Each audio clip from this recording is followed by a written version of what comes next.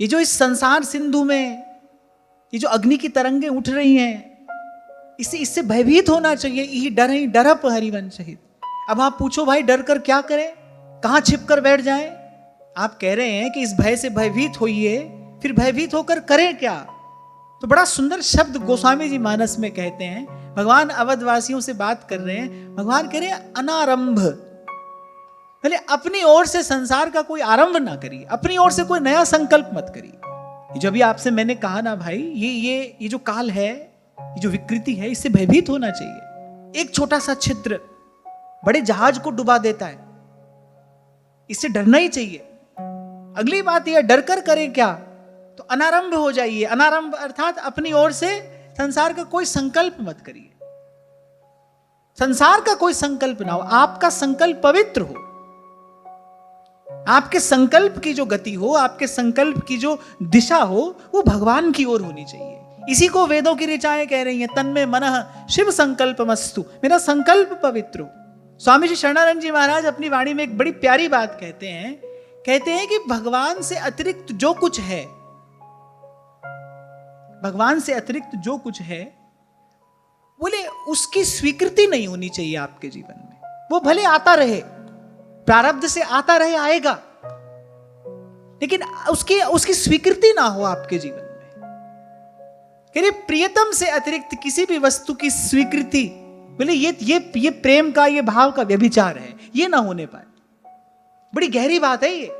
अपनी ओर से कुछ चाहे नहीं हम, क्योंकि भाई जो हो रहा है वो तो पूर्व के प्रारब्ध से हो ही रहा है और आगे भी होता रहेगा। और संत महापुरुष यही कह भी रहे हैं, जो सुख दुख लगी रहे देह सु मिट जाए और लोक बढ़ाई।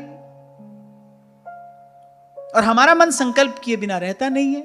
मन का स्वरूप ही यही है, संकल्प विकल्पात्मकम मनम, मन का स्वरूप ही यही है। इसीलिए वेदों की ऋचाओं ने यह मार्ग दिया, बोले संकल्प किए बिना तो मन नहीं रहेगा। संकल्प कैसा हो? तन्मे मनः शिव संकल्पमस्तु, संकल्प पवित्र हो। और सबसे पवित्र संकल्प क्या है?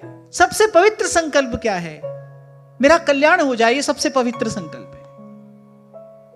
मैं आत्म कल्याण कर लूं, ये सबसे पवित्र संकल्प है। मैंने कभी आपसे कहा था, अपना कल्याण करके इस सारे अस्तित्व की जैसी सेवा की जा सकती है, वो किसी अन्य कार्य द्वारा नहीं की जा सकती है। यदि आपने अपना कल्याण कर दिया, आपने सारे अस्तित्व की सेवा कर दी। यदि आपने अपना दीपक जला लिया, आपने कोटि कोटि बुझे हुए दीपकों के लिए एक संभावना का निर्माण कर दिया। आत्म कल्याण करिए, यह सृष्टि की सबसे बड़ी सेवा है।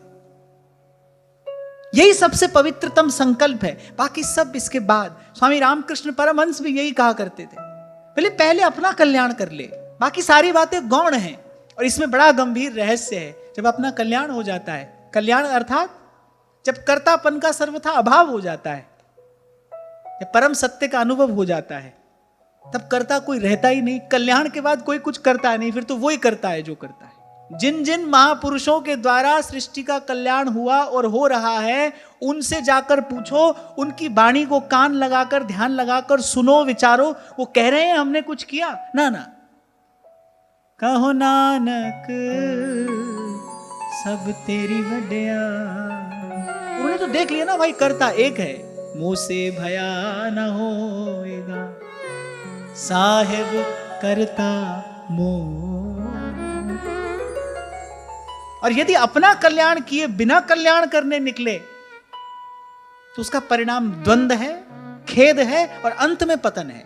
अंत में इसी जन्म और मरण के दुष्चक्र में जीव को पड़ना पड़ता है।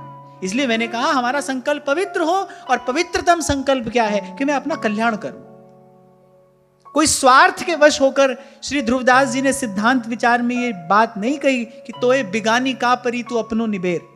ये कोई स्वार्थ के वश होकर ये बात नहीं कही गई है। संत जो कह रहे हैं कि तेरे भाव में जो करे भलो बुरो संसार, और नारायण तू बैठ के अपनो भवन बुहार, ये कोई स्वार्थ के बस होकर संत नहीं कह रहे हैं। ये भजन करने की रीति है।